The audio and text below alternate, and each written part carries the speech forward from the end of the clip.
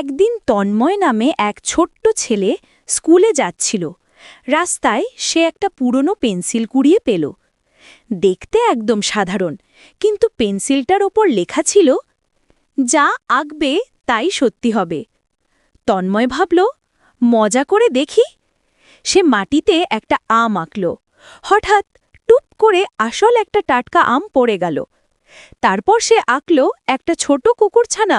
মুহূর্তেই এক মিষ্টি কুকুরছানা লেজ নাড়তে নাড়তে ভাউ ভাউ করে হাজির।